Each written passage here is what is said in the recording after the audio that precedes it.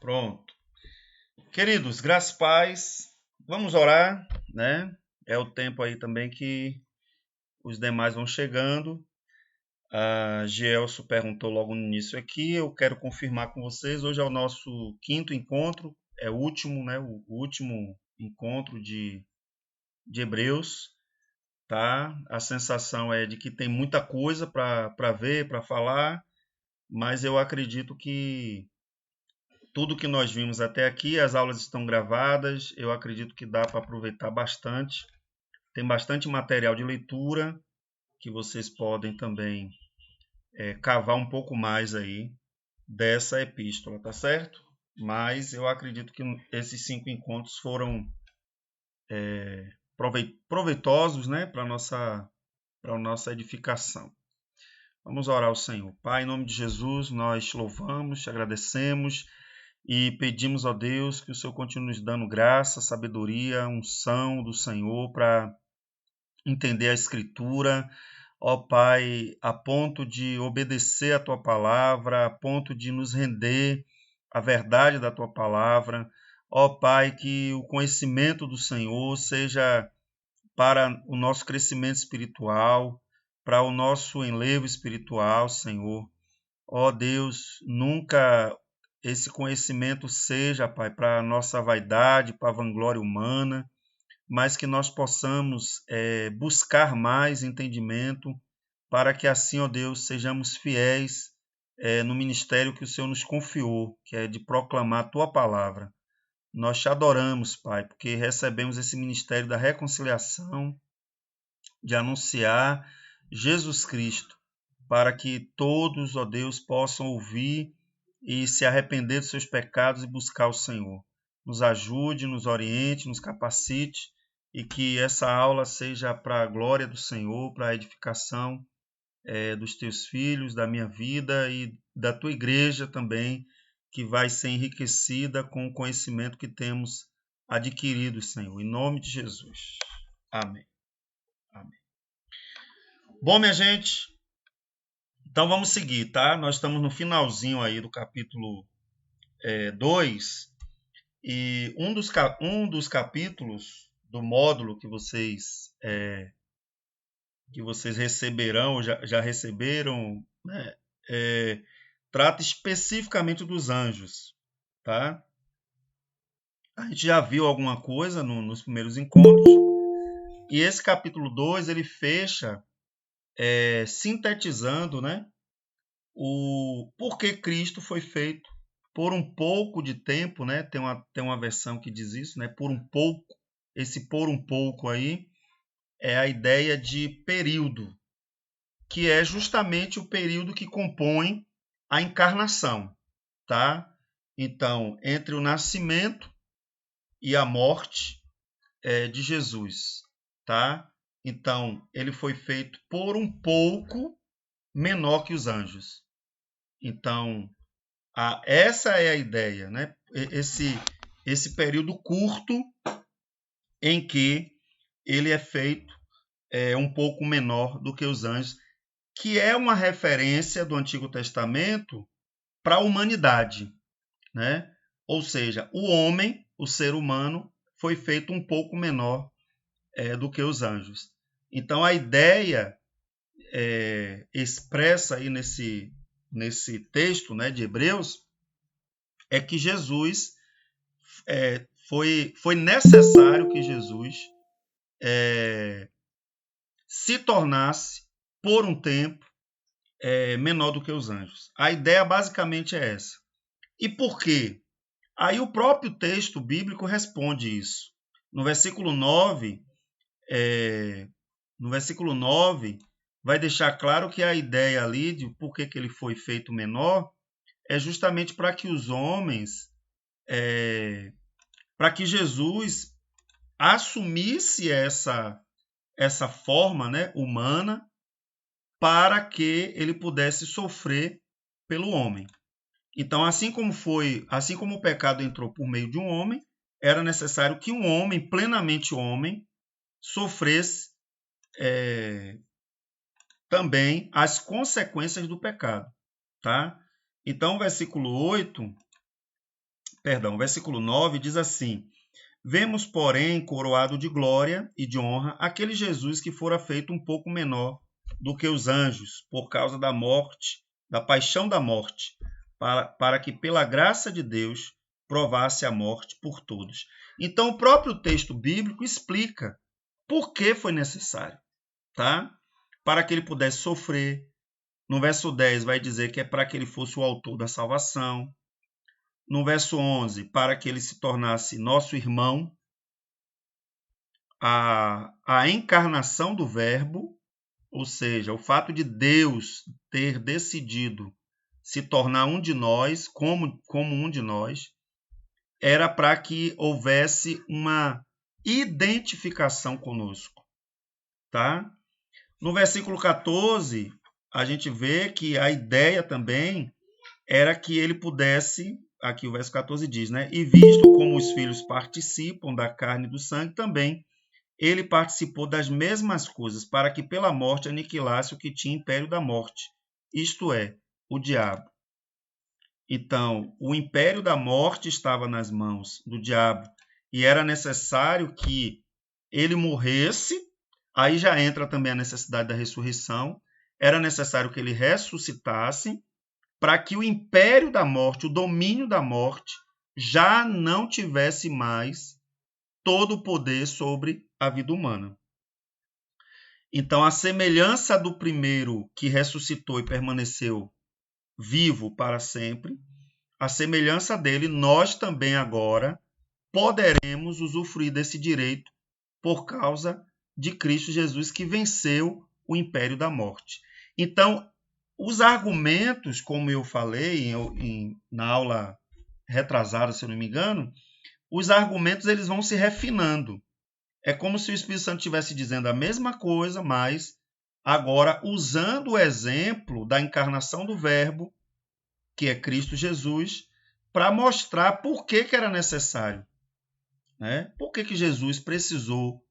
Ele não podia vir como um arcanjo, que é o que algumas religiões defendem, né? Tem religiões que defendem isso, que Jesus ele não era 100% humano. Haviam características angelicais em Jesus, né?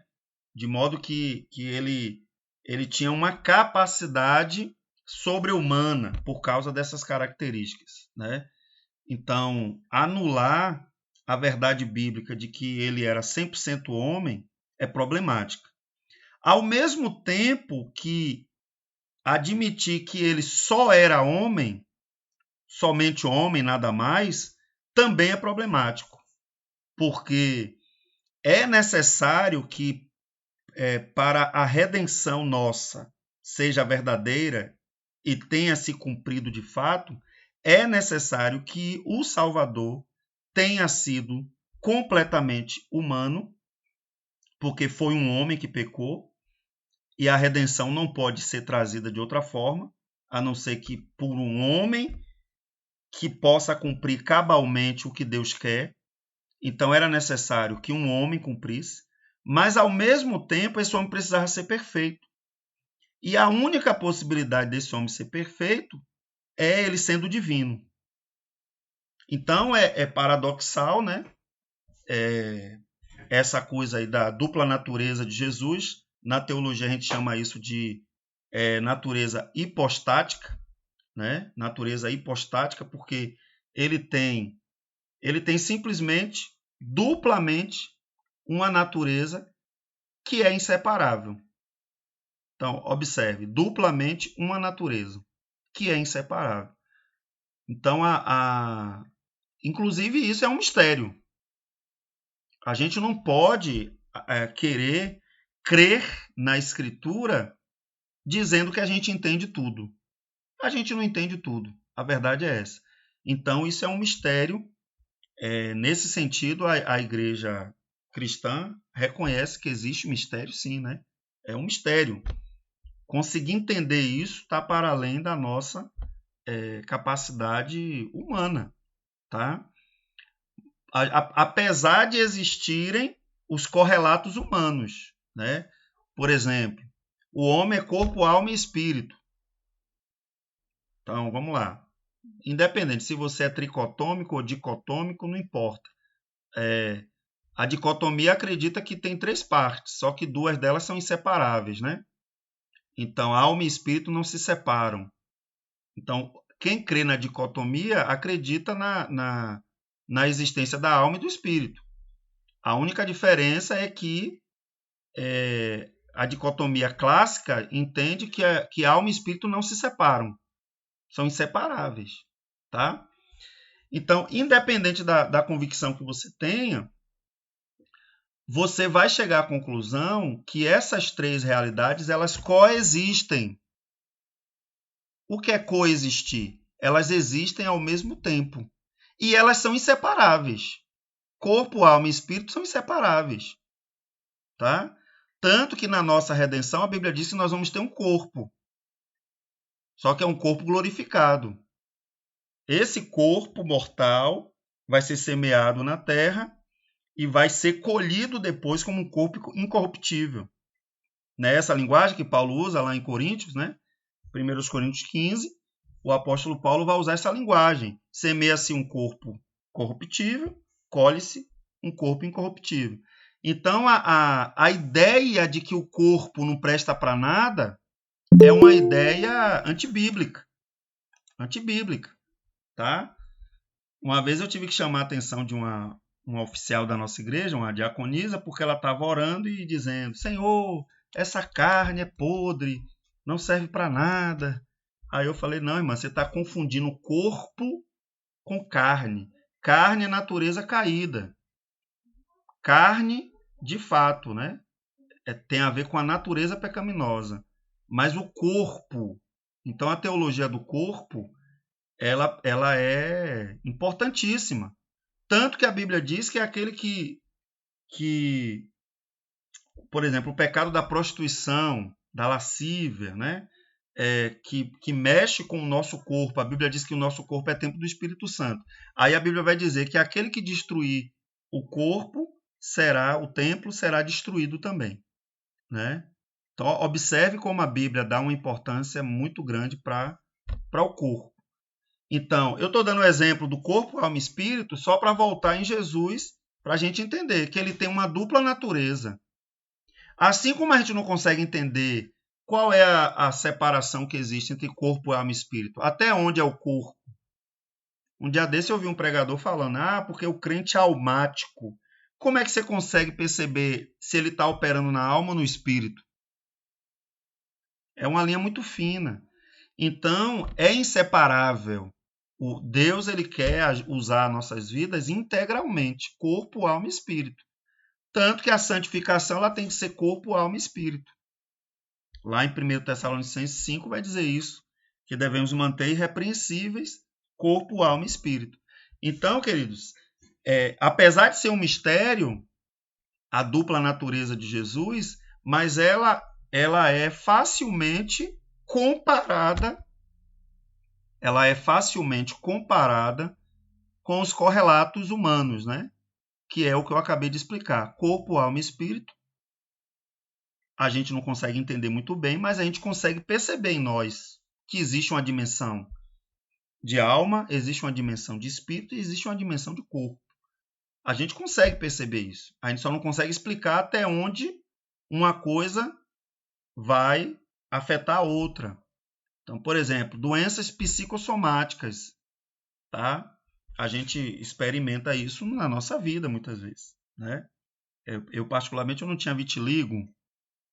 Vitiligo é uma doença autoimune, onde as células de melanina começam a se atacar mutuamente, né? Elas começam a se atacar, matando as outras. E aí, como não tem melanina suficiente no organismo, a pele começa a perder coloração, né?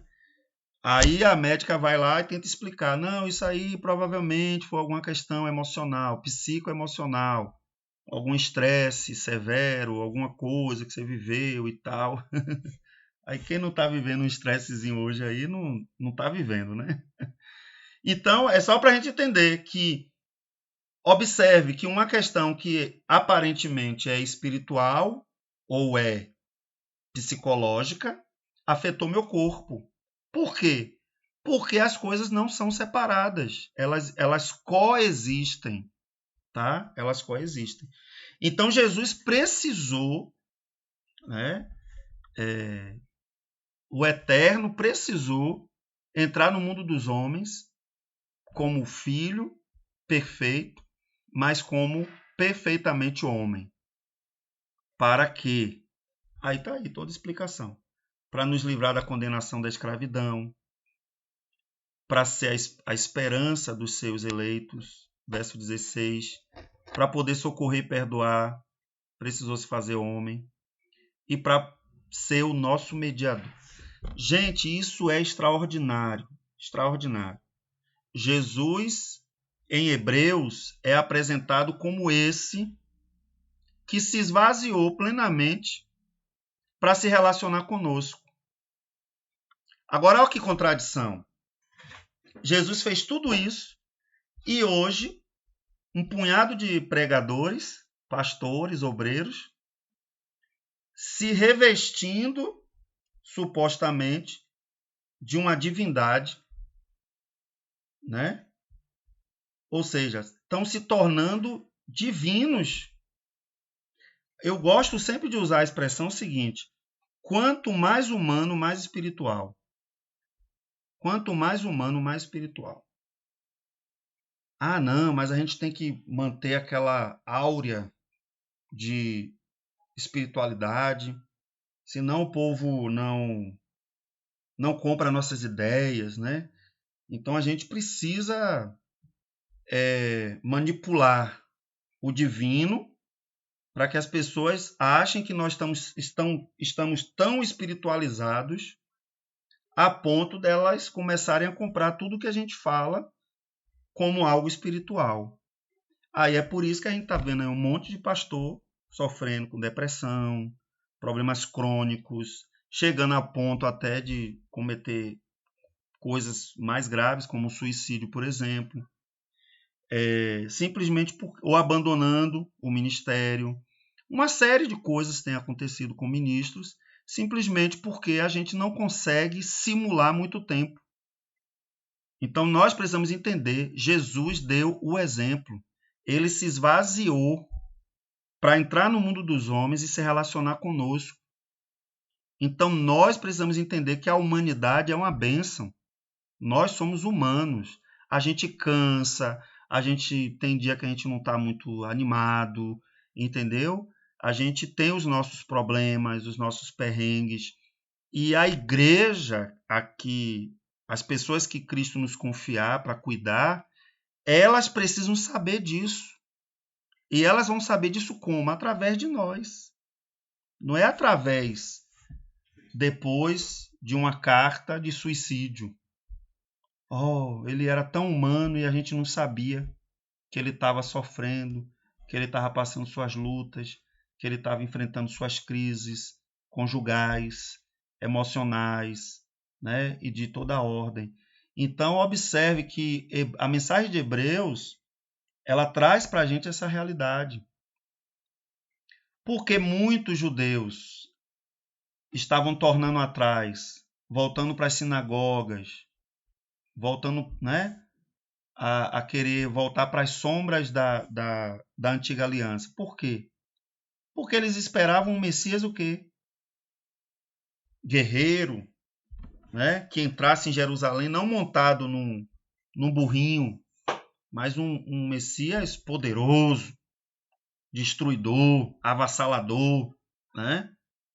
Então, a mensagem de Hebreus é essa. Ó, o Cristo a quem nós buscamos, ele se tornou homem para nos salvar. Então, desista de querer ser divino, porque esse é um pecado que Satanás cometeu. Esse é um pecado que Satanás induziu Adão a cometer. Ó, você não vai precisar mais de Deus. Você não vai precisar mais de Deus. Você pode comer desse fruto aí, que no dia que você comer, você vai ser igual a Deus. Então, isso é problemático, isso é problemático. Graças a Deus que tem diminuído, eu percebo que tem diminuído essa ânsia por se divinizar. A pessoa está pregando, você não sabe se é a pessoa que está pregando ou se ele é um ventrículo, né? É como se uma voz entrasse nele e ele se deforma, ele muda, a voz fica diferente, tudo fica diferente, você não consegue ver a persona, né? Olha que bênção, Deus nos fez diferente justamente para que houvesse uma multiforme graça da manifestação dele no meio do povo. Aí a gente vê tudo muito padronizado, a voz é igual, os jargões são iguais, tudo é muito igual. E isso é o quê? Uma ânsia de se divinizar, né? E Jesus fez a rota totalmente contrária. Então, Hebreus também vai nos trazer essa advertência, né? Para nossas vidas. Tá bom, minha gente? Eu não sei se eu estou me fazendo entender, tá? Se eu falar qualquer coisa que ficou dúvida aí, vocês podem me perguntar. Mas é só para a gente ter essa sacudida assim, sabe? De entender por que eu estou fazendo um seminário, né? Por que eu estou estudando? Poxa,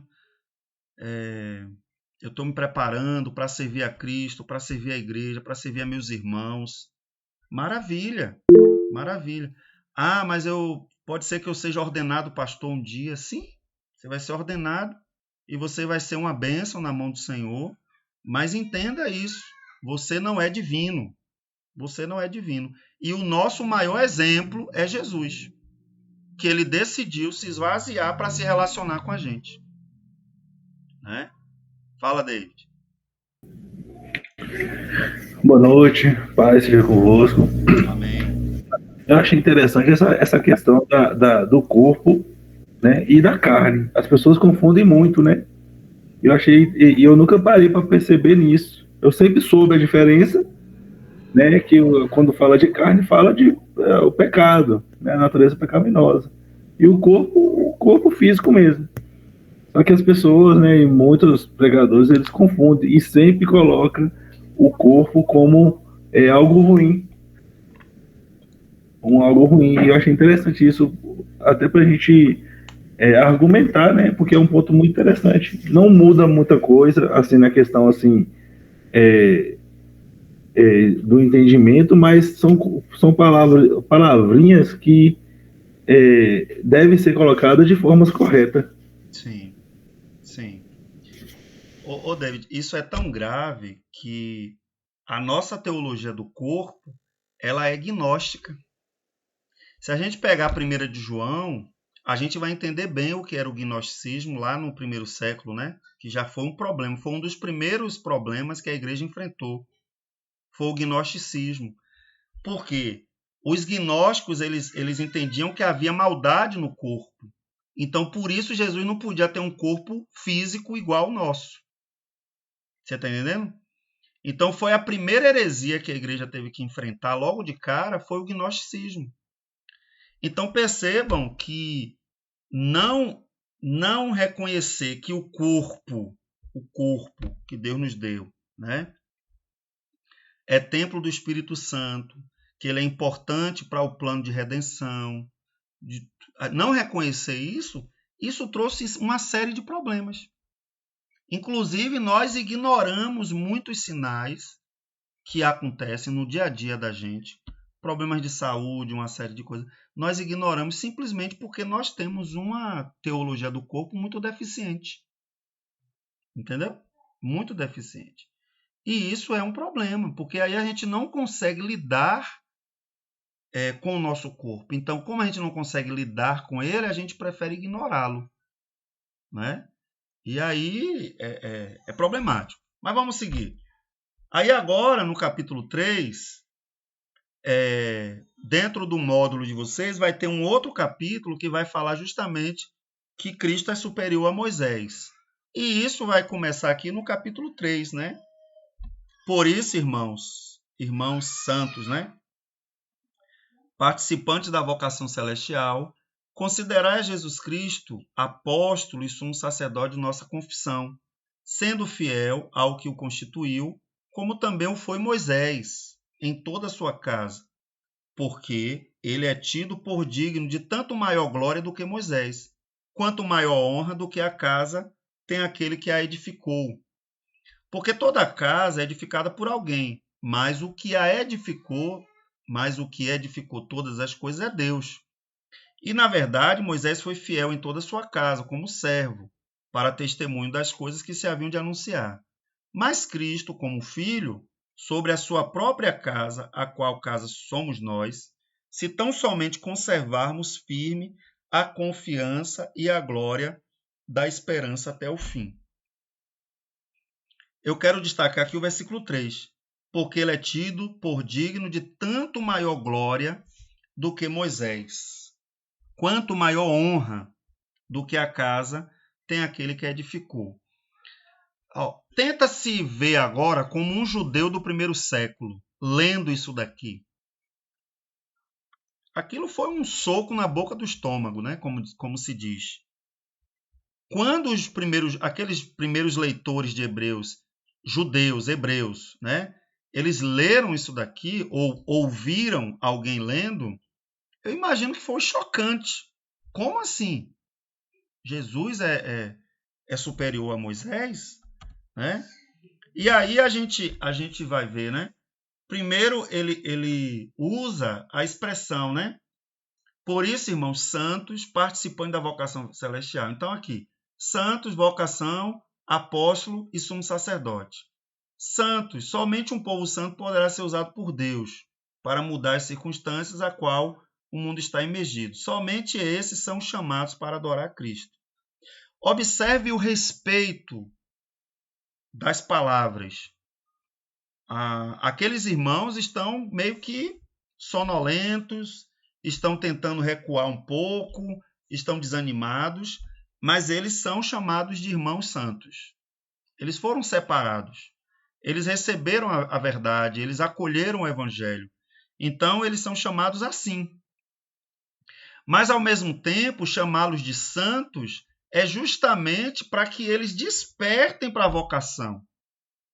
Eles foram vocacionados, né? Então, na Epístola de Hebreus, encontramos outra vocação, a vocação celestial, a qual não se baseia em nacionalidade, mas se baseia no relacionamento com Deus. Então, ele está falando aqui de uma vocação celestial. Vocês foram vocacionados. Aí ele vai dizer, considerai a Jesus Cristo. Essa palavra, o verbo aí, considerai, seria o mesmo que dizer, olhem para Jesus. Considere o que ele ensinou.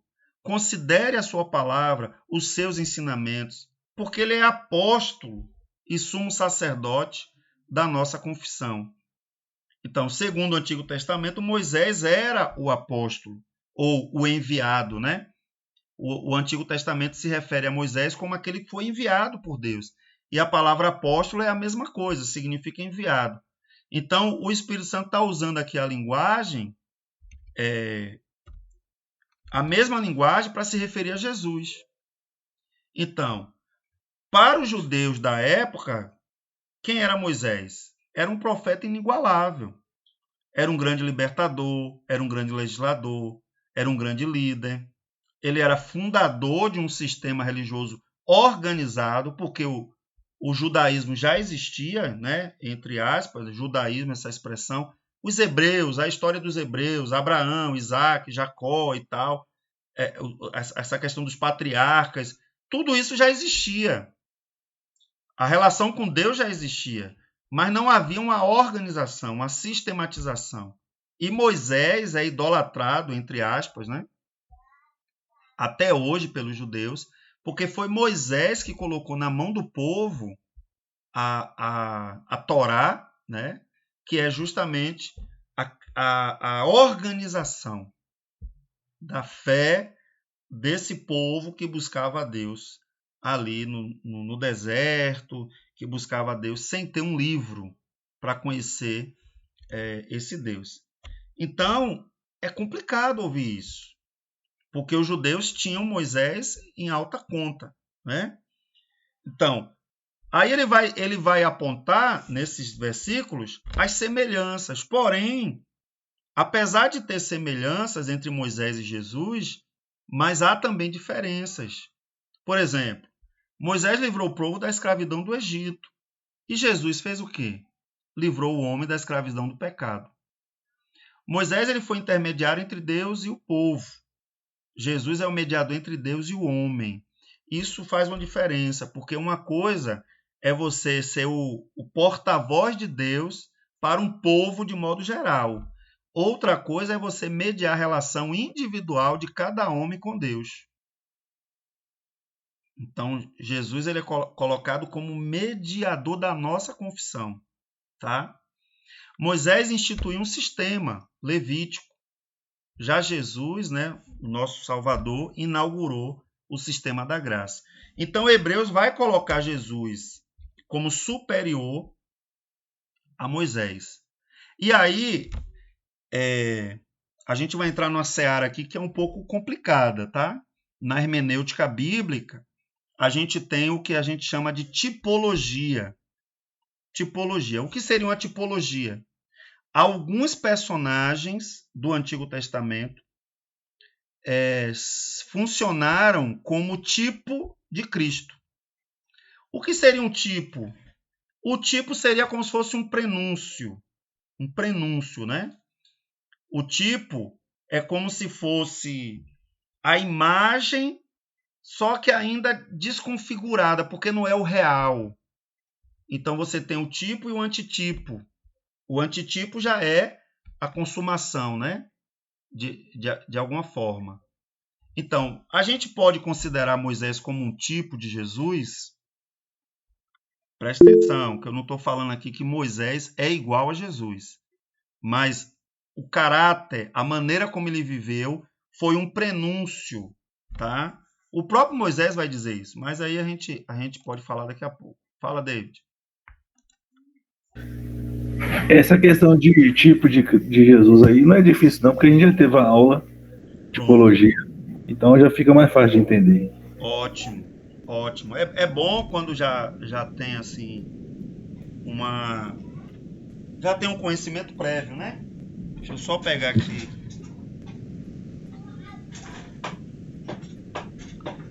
Ô, gente, deixa eu só abrir um parêntese rapidinho aqui, porque senão eu vou me esquecer.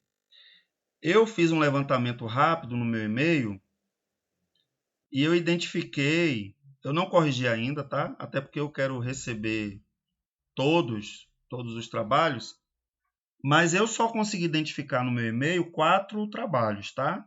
Aí vocês me falam se teve mais alguém que mandou. É Alexandro Soares, eu acho que ele não... Ah, tá aqui. Magnólia, Gielson e Tiago. Foram os trabalhos que eu consegui identificar lá no meu e-mail. Teve mais alguém, além desses 4 aí que eu citei? Teve mais alguém que mandou? Pastor, o meu estava finalizando hoje, amanhã eu já lhe mando, viu? Ótimo, pronto. O Helder não mandou ainda. Ô, professor, eu mandei o meu no WhatsApp. Tá, Kátia. Você não conseguiu mandar por e-mail não, né? Não consegui. Ô, minha irmã, é porque eu tenho que te achar aqui. Eu tenho que fixar sua mensagem para eu lembrar de salvar aqui Eu te pedi para você mandar um oi naquele dia, não foi? Eu acabei não salvando. Se você puder mandar um oi de novo aí eu vou fixar sua mensagem aqui e aí eu baixo o seu trabalho. Você pode fazer isso? É porque, gente, pelo WhatsApp eu não consigo acompanhar. Infelizmente, eu fico perdidinho. Porque são muitos grupos, muita coisa e eu me perco mesmo. Pronto, você mandou um oi aqui. Eu vou fixar sua mensagem aqui. Será que eu consigo? Consegui. Pronto. Eu ainda não consegui enviar, professor. Jamile, não entendi, Jamile. Eu não consegui enviar ainda. Não, tranquilo, tranquilo. Ô, gente, eu não tô cobrando não, viu? Eu só tô Eu só tô assim, com receio de mais alguém ter mandado e aí eu ter perdido o trabalho de vocês, tá? Mas então, pelo que eu entendi aí, até o momento são esses: Alexandro, Magnólia, Gielso, Tiago e a irmã, como é? Cadê o nome da irmã? Me ajuda aí, gente. Catiane. Hã? Catiane. Catiane, pronto. Eu já vou. Catiane mandou pelo zap. Pronto. Aí os demais, eu vou dar o prazo para vocês. Se vocês puderem terminar esse trabalho até domingo, tá? Que aí na segunda que vem eu já corrijo todos e mando a média de vocês. Ok? Beleza. Só um minuto que tá tendo um chororô aqui. Faz parte. Vamos seguir. Então, aí Moisés é colocado como um tipo, né? Um tipo de Jesus. Por quê? Porque tem muitas semelhanças. Ele foi ameaçado de morte, Jesus também. Ele dominou a água do mar, Jesus também. Ele alimentou uma multidão, Jesus também. Ele teve o seu rosto iluminado, a mesma coisa, né? Ele esteve a sós com Deus 40 dias em jejum, andava com 12 tribos, Jesus andava com 12 apóstolos. Ele intercedeu, né? Tá faltando uma letrinha aqui. Ele intercedeu pelo povo, ele escolheu 70 auxiliares, ele apareceu depois da morte. Então, percebam que existem muitas semelhanças, tá? Com relação a Jesus. Então, é só para a gente entender por que em Hebreus é importante o Espírito Santo trazer esse despertamento para a vida daqueles crentes. Dizendo, tem muitas semelhanças entre Moisés e Jesus. Porém, tudo que Moisés fez, Jesus ele fez infinitamente mais. Então, as semelhanças, elas param num certo ponto, né?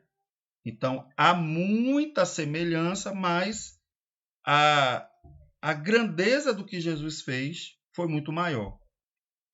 Tá bom? Então, é por isso que essa comparação aí ela é bem-vinda, né?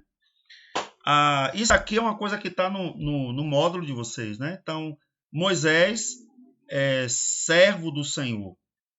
É colocado como servo do Senhor sempre. Moisés é colocado como fiel em toda a casa. Moisés é colocado como homem de Deus, como escolhido de Deus. Já os adjetivos usados para Jesus são de outra grandeza, né? Jesus ele não é só um servo do Senhor, porque ele também é apontado por Isaías como servo sofredor e tal, mas ele também é colocado como aquele que é Senhor dos senhores. A gente vai ver isso em 1 Timóteo 6,15, tá? Jesus é colocado como Senhor de todos, não só como fiel da casa, mas como aquele que é dono da casa, é o construtor da casa. É essa a linguagem de Hebreus, né? Jesus é colocado como Senhor da glória, como edificador da casa, como filho de Deus, e eu já expliquei que essa linguagem bíblica ela é potente, né? Porque quando fala filho de Deus, está falando da mesma natureza, tá? Não é essa coisa de ser filho de Deus como hoje até o ímpio fala que é filho de Deus, né? Nos tempos bíblicos, ninguém se atrevia a se apresentar como um filho de Deus, tá?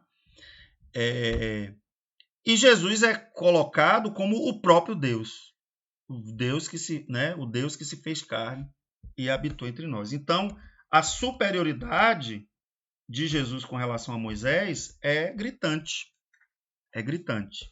tá? E é desafiador para a gente.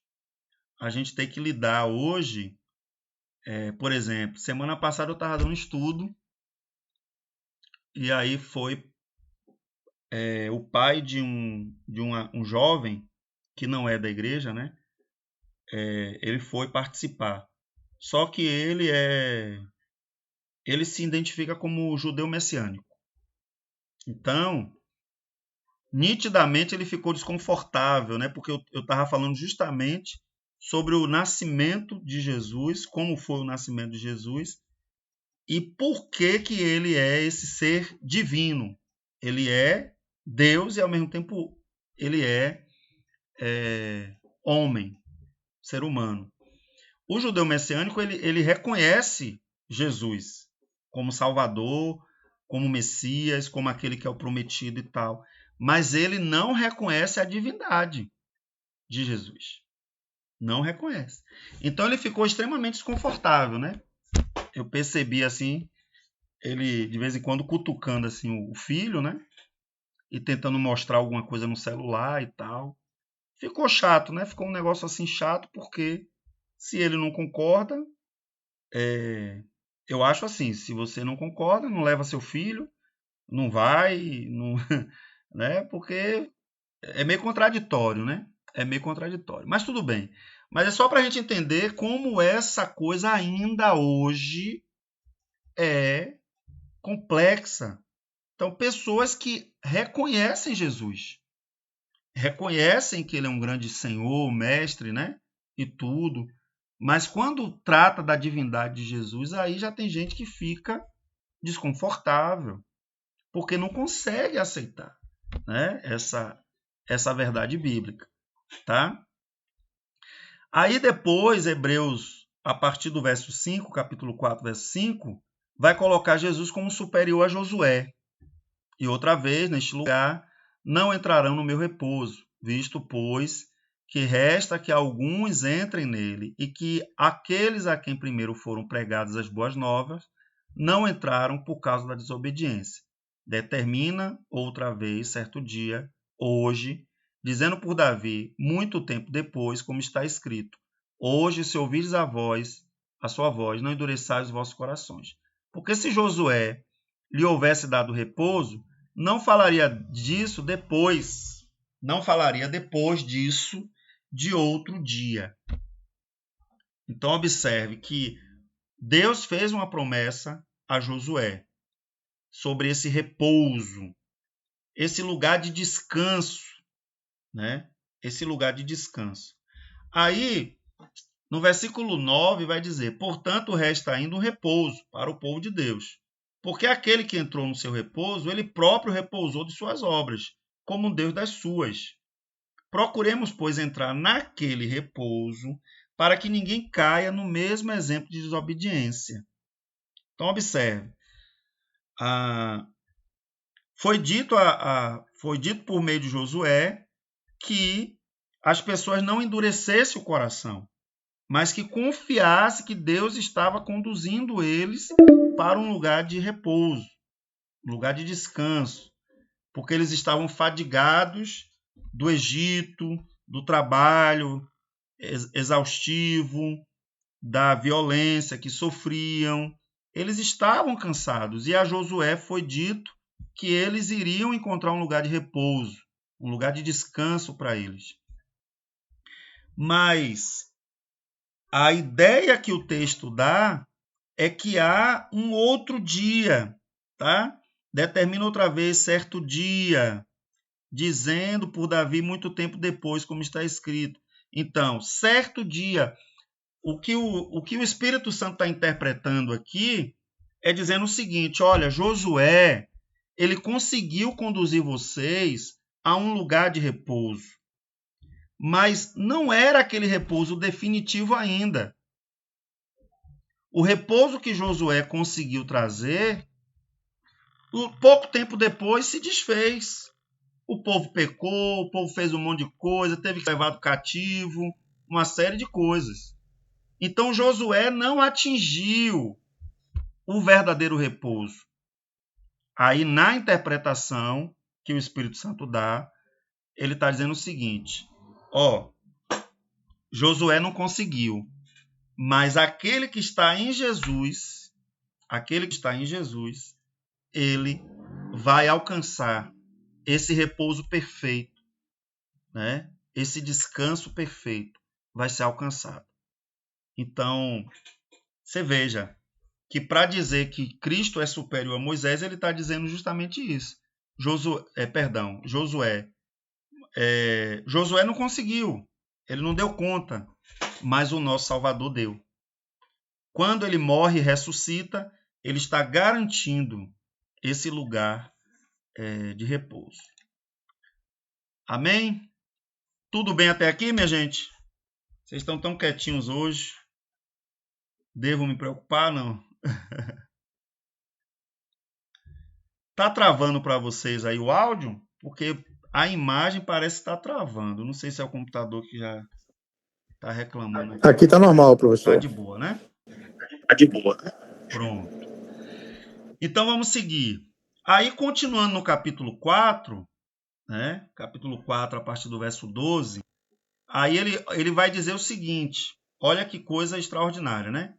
Porque a palavra de Deus é viva e eficaz, e é mais penetrante do que espada alguma de 2 gumes, e penetra até a divisão da alma e do espírito, e das juntas das medulas, e é apta para discernir os pensamentos e as intenções do coração. E não há criatura alguma encoberta diante dele, antes todas as coisas estão nuas e patentes aos olhos daquele com quem temos de tratar. Visto que temos um grande sumo sacerdote, coisa que ele já disse anteriormente, Jesus, Filho de Deus, que penetrou nos céus, retenhamos. Olha a chamada que ele dá de novo. Lá no capítulo 2, lembra que ele usa essa expressão? Agora ele vai usar confissão, porque ele já falou de confissão no capítulo 3. Retenhamos firmemente a nossa confissão, porque não temos um sumo sacerdote que não possa compadecer das nossas fraquezas, porém, um que, como nós, em tudo foi tentado, mas sem pecado. Cheguemos, pois, com confiança ao trono da graça, para que possamos alcançar misericórdia e achar graça, a fim de sermos ajudados em tempo oportuno. Então, aqui, nesse texto, né, 12 a 16, a gente então vai ver que ele, o Espírito Santo, ele dá aqui 7 argumentos. Por que vocês devem então perseverar? Qual é a fonte de inspiração que temos para perseverar e não ficar recuando, retrocedendo? E aí eu quero retomar o que eu falei bem antes, lá acho que na primeira ou segunda aula, né? Observe que os argumentos, eles são maravilhosos, entendeu?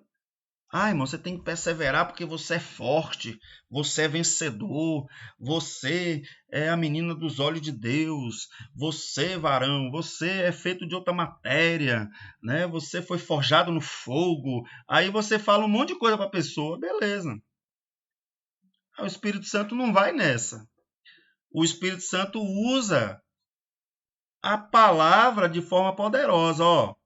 Por que vocês devem perseverar? O texto diz, porque a palavra de Deus é viva. A lei de Moisés, muitas delas já caíram por terra. A lei de Moisés, elas foram necessárias para um momento, para um contexto. Mas já tem coisas na lei que já não se aplicam mais. Não é que Deus desdisse, não.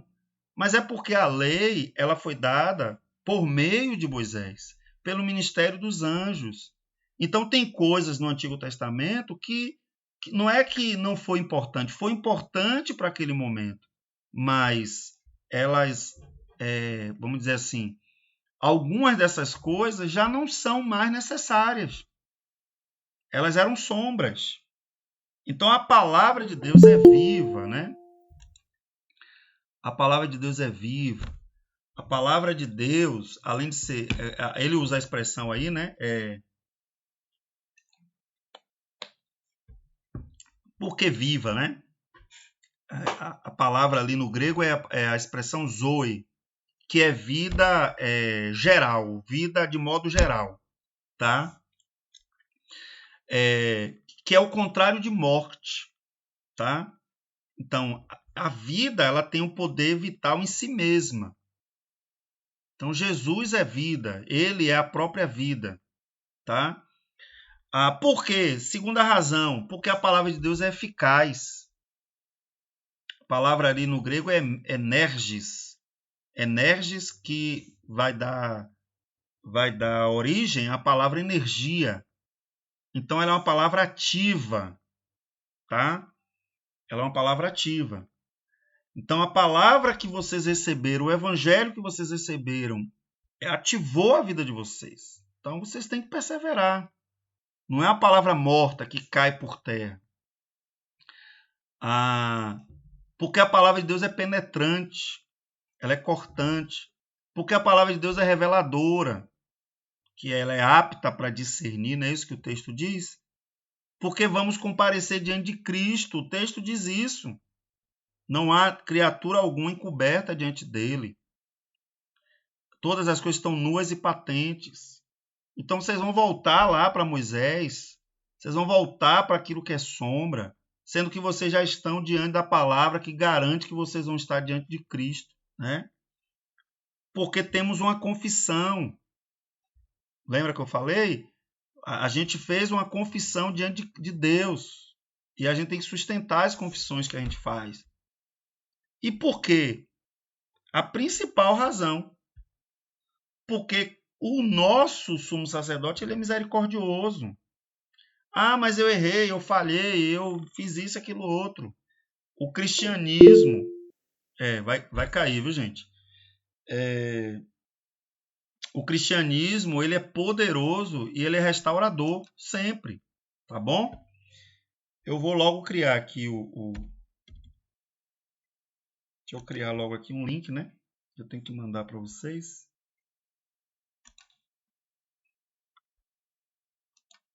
Apareceu aí quantos minutos, não?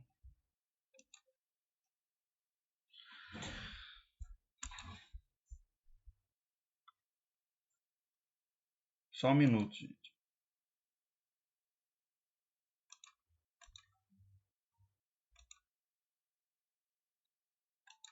Eu tô achando que alguma coisa no meu computador.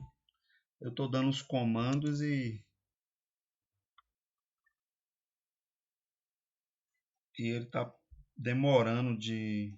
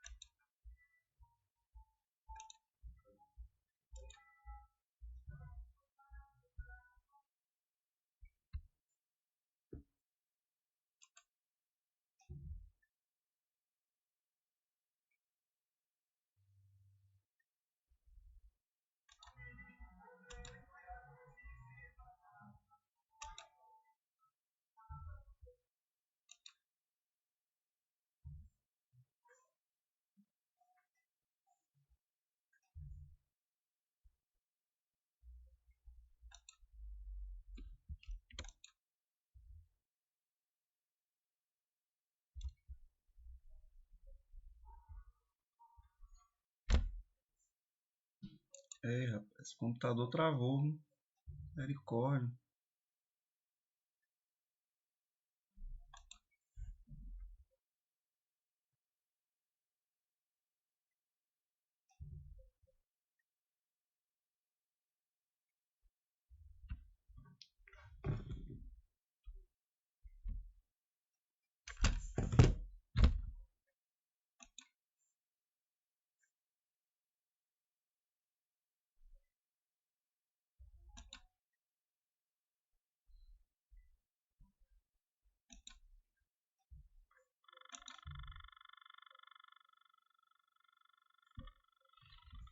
Ih, rapaz.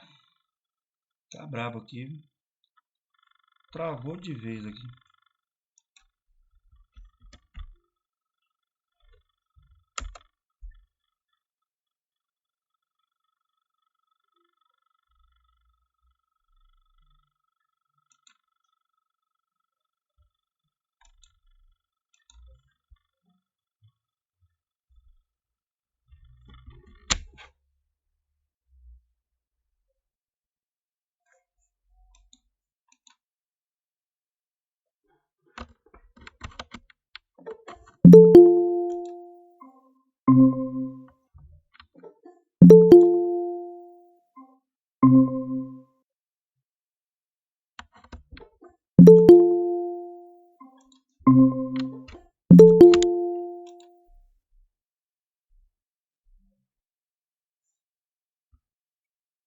Paz, queridos. Ô, gente, eu vou deixar minha câmera desligada só um pouquinho aqui, porque eu não sei se o computador está processando alguma coisa aqui, mas ele está travando de um jeito fora do normal. Aí, assim que eu senti assim que deu uma estabilizada aqui, eu ligo de novo, tá? Não sei se é a internet que está oscilando. Fala, David. Ô, professor, aperta Ctrl Shift ESC. Você vai ver se tem alguma coisa em segundo plano aí te Ctrl atrapalhando. Shift. ESC. Pera aí. Que vai abrir sua CPU. Ctrl Shift E. Abriu aqui o gerenciador de tarefas. Aí, É isso mesmo. deixa eu ver aqui o que é. Aí vem processos. Aí você vai ver tudo que tá aí em segundo plano funcionando.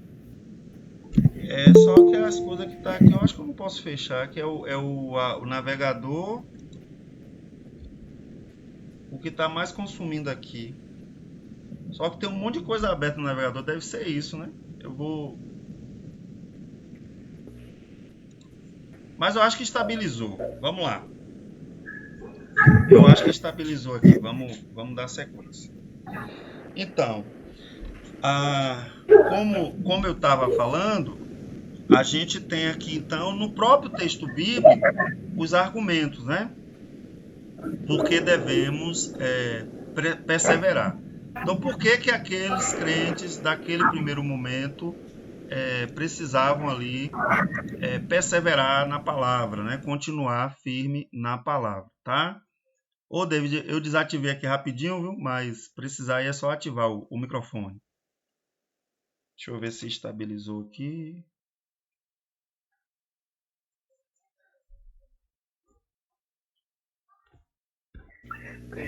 Beleza, eu esqueci de desativar aqui, foi mal. Tranquilo.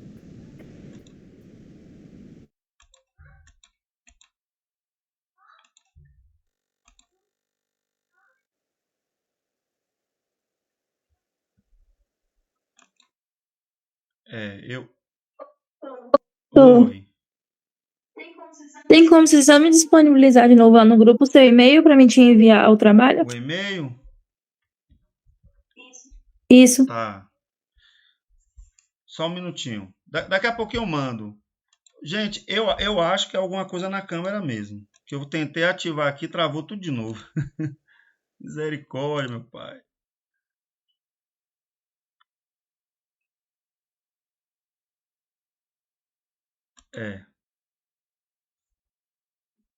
Pronto, eu não vou insistir, não. Vou seguir aqui, por enquanto, sem câmera, porque eu tentei aqui e não deu certo. Então, vamos lá.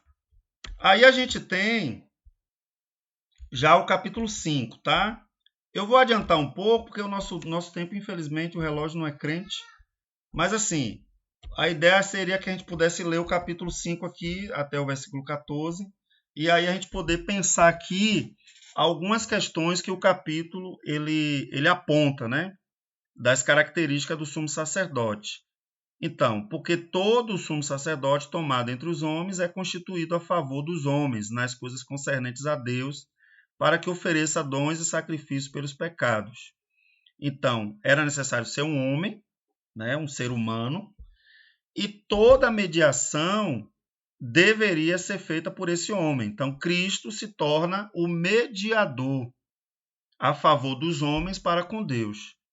Então, Jesus, mais uma vez aqui, vai explicar o que já foi dito anteriormente a respeito da necessidade. Por que foi necessário ele se fazer um homem, né?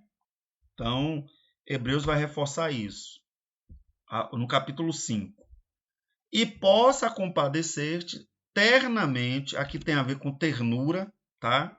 Ternamente dos ignorantes e errados, pois também ele mesmo está rodeado de fraqueza.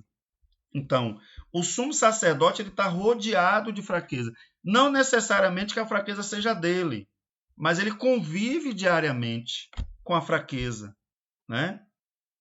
Então, se compadece dos ignorantes, se compadece dos errados, está perto dos fracos. Isso é muito comum na vida pastoral. Por quê?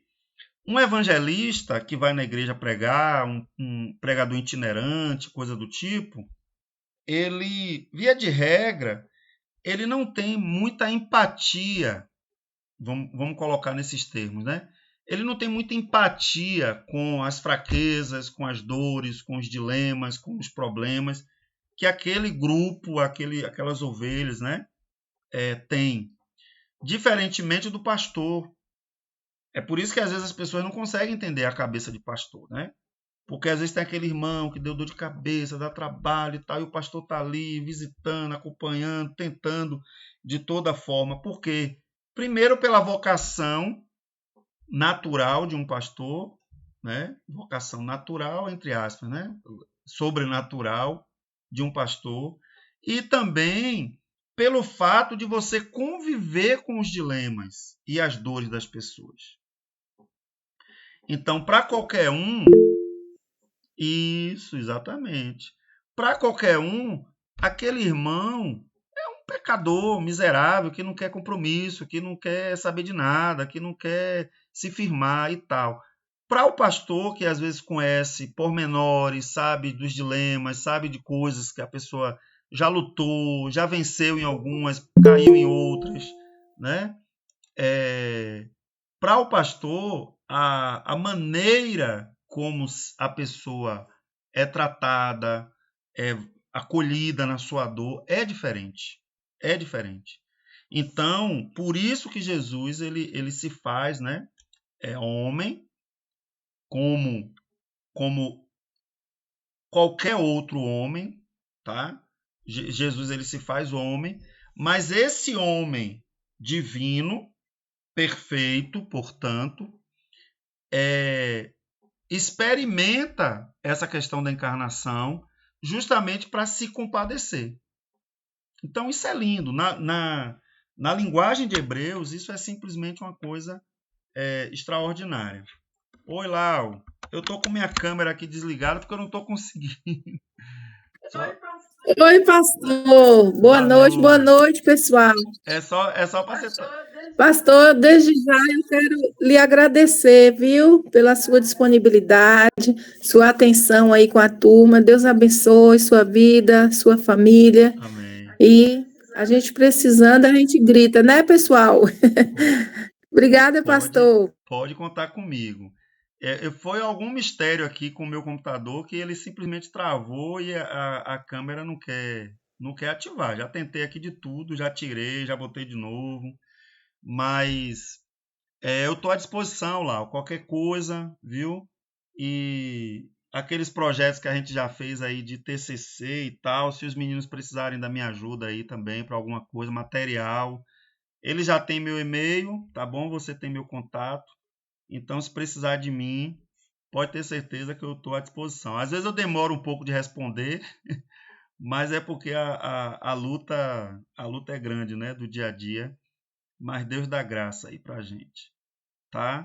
Então vamos seguir aqui. Aí, ainda no capítulo 5, cá embaixo aqui a gente tem o versículo 3, né? E por esta causa deve ele, tanto pelo povo, como também por si mesmo, fazer oferta pelos pecados. Então aí Cristo já se diferencia, porque ele não precisou fazer essa parte, né? Então, ao contrário do sumo sacerdote, que tinha que primeiro oferecer sacrifício por si mesmo, porque ele reconhecia que era pecador, Cristo não precisou.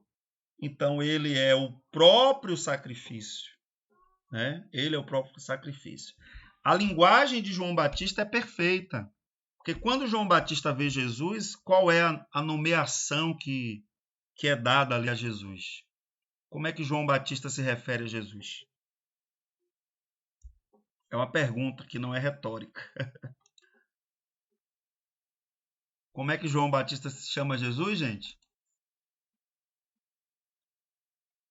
Cordeiro Não é isso? O Cordeiro de Deus Tira o pecado do mundo. o pecado do mundo. Isso é extraordinário, tá? Então, a visão que João Batista tem é que ele está diante de alguém que é extraordinário, que tem um poder extraordinário, mas, ao mesmo tempo, é o próprio sacrifício. Ele não vai imolar um cordeiro e apresentar o sangue de um cordeiro, mas ele vai ser o próprio cordeiro, tá? Ele vai ser o próprio cordeiro. Então, a ideia é essa, né? Que ele se torna o cordeiro perfeito que vai ser imolado. O sumo sacerdote, ele não exerce ofício por vontade própria. Então, no Antigo Testamento, ele só podia exercer o ofício se ele fosse da família de Arão, da família levítica, não é isso? Ele precisava cumprir os pré-requisitos. Então, Hebreus vai dizer isso, né? Ninguém toma para si esta honra, senão o que é chamado por Deus como Arão. Assim também Cristo não se glorificou a si mesmo, mas para se fazer sumo sacerdote. Perdão, não glorificou a si mesmo para se fazer sumo sacerdote, mas aquele que lhe disse, tu és o meu filho, hoje te gerei, como também diz em outro lugar, tu és sacerdote eternamente, segundo a ordem de Melquisedeque. Gente, eu fico tentando imaginar a cena dos hebreus ouvindo isso. Essa frase aqui, ó, como em outro lugar diz, tu és sacerdote eternamente, segundo a ordem de Melquisedeque. Você quebra totalmente o sistema levítico todo. Porque o sistema levítico, ele é da ordem de Arão. Ele é da ordem de Arão, que foi o primeiro sumo sacerdote, e todos aqueles que vieram depois eram da linhagem de Arão. Aí o que é que o Espírito Santo faz? Vai retomar o início lá com Abraão e pega essa figura inusitada de Melquisedeque. E aí diz assim, ó, antes de existir sacerdócio levítico, portanto, sacerdote aarônico, o sacerdócio de Arão, Abraão prestou contas a quem? A Melquisedeque, tá? Então, o Cristo a quem servimos, ele é anterior a Arão. Por quê? Porque Jesus, os judeus até hoje não sabem qual é a linhagem de Melquisedeque, de onde foi que ele veio, qual é a origem dele. Então, a semelhança disso, Jesus é apontado aqui como esse que agora tem um sacerdócio eterno, não mais temporal, não mais limitado a uma linhagem hereditária, ok? Então, Jesus, ele deve ser buscado e os crentes devem perseverar nele. Então, meus queridos, como eu já disse, o relógio não é crente, né? Mas a nossa conversa aqui é nesses termos. Por que que estudantes de teologia estão aqui em plena segunda-feira estudando Hebreus? Justamente para que a gente possa se lembrar, Jesus é suficiente. Jesus é suficiente. Ele é suficiente para ser o centro da nossa pregação. Ele é suficiente para reger as nossas liturgias. O culto deve ser centralizado nele. Eu lembro que uma das coisas belíssimas que Lau já fez no ITQ, há um tempo atrás, com a comemoração da Reforma Protestante, uma das coisas que naquela mesa ali foi dita, né?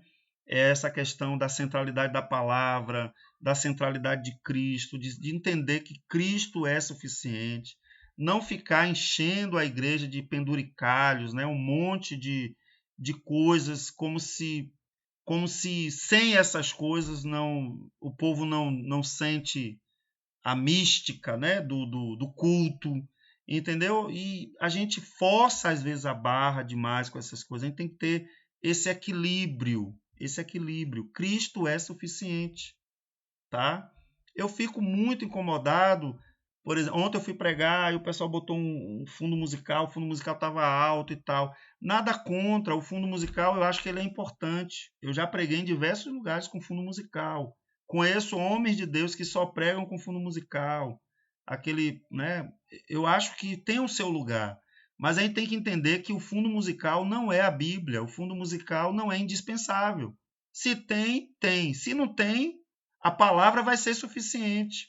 A palavra vai tocar, a palavra vai ministrar, a palavra ela tem o seu lugar. Então, esse equilíbrio, Hebreus é para dar essa sacudida no seminarista, no futuro pastor, né, presbítero, professor de escola dominical, gente que é séria, né, gente que na sua maioria são quadrangulares, uma igreja séria, uma igreja que tem fundamentação na palavra. É entender isso. Hebreus é essa chamada de realidade. Não volta lá para as sombras, não. Fica aqui em Cristo. Cristo é suficiente. Ele é superior a Arão. A pancada que o Espírito Santo está dando aqui nos crentes é essa. Ele é superior a Arão. Cristo é superior a Arão. Ele não é da ordem de Arão. Ele é da ordem de Melquisedeque, né? Então aí a gente vai ter essa coisa aí, né? Essa relação, Melquisedeque e Arão. Então, o qual, nos dias da sua carne, oferecendo com grande clamor e lágrimas, orações e súplicas ao que podia livrar da morte, foi ouvido quanto ao que temia.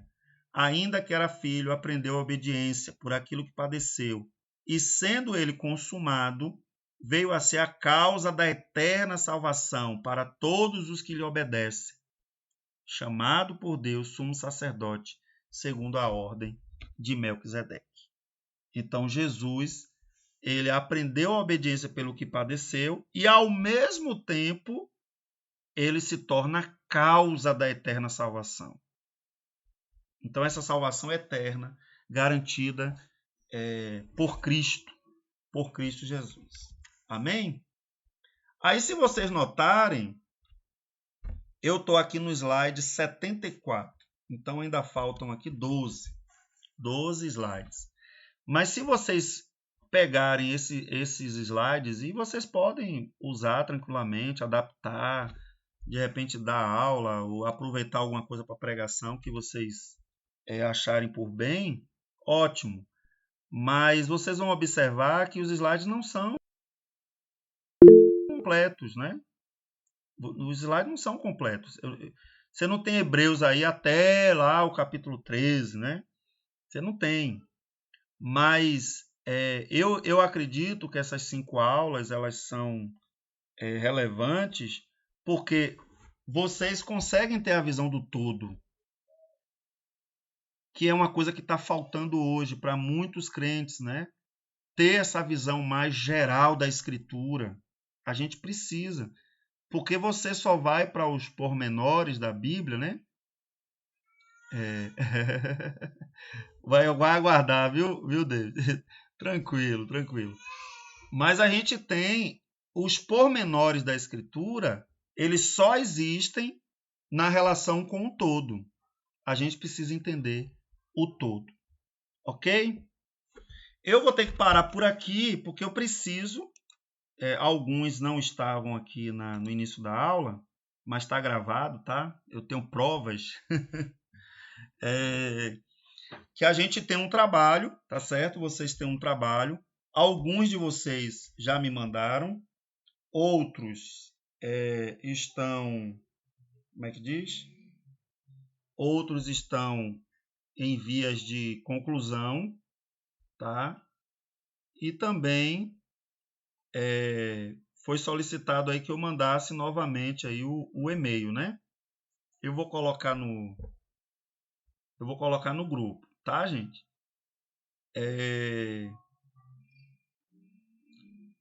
Outra coisa que me preocupa é com relação ao número de alunos. Depois eu vou conversar com o Lau para ver direitinho, tá? O nome certinho de cada aluno, para eu fazer a lista de notas, né? Eu mandei novamente aí no grupo meu e-mail, tá bom? E volto a dizer, eu prefiro receber por e-mail, porque, gente, me perdoe, mas eu não estou dando conta, não. O WhatsApp é uma coisa boa, facilita demais a comunicação, mas quando se trata de manter o registro, complica, tá? Então eu prefiro no e-mail, porque, por exemplo, digamos que daqui 6 meses você decide falar assim, poxa, aquele trabalho que eu fiz de Hebreus eu gostei, eu acho que eu vou aproveitar alguma coisa dele para o meu TCC. Aí você manda uma mensagem para mim, pastor, eu perdi aqui, não estou achando, o senhor ainda tem aquele trabalho? Então no e-mail a gente acaba, né, se livrando de algum problema, tá? Tanto que aqueles arquivos assim que eu sei que são mais importantes para a minha vida acadêmica, vida escolar, essas coisas, eu mando logo no meu e-mail. Porque aí eu sei que se sumir do drive, sumir do meu computador, sumir...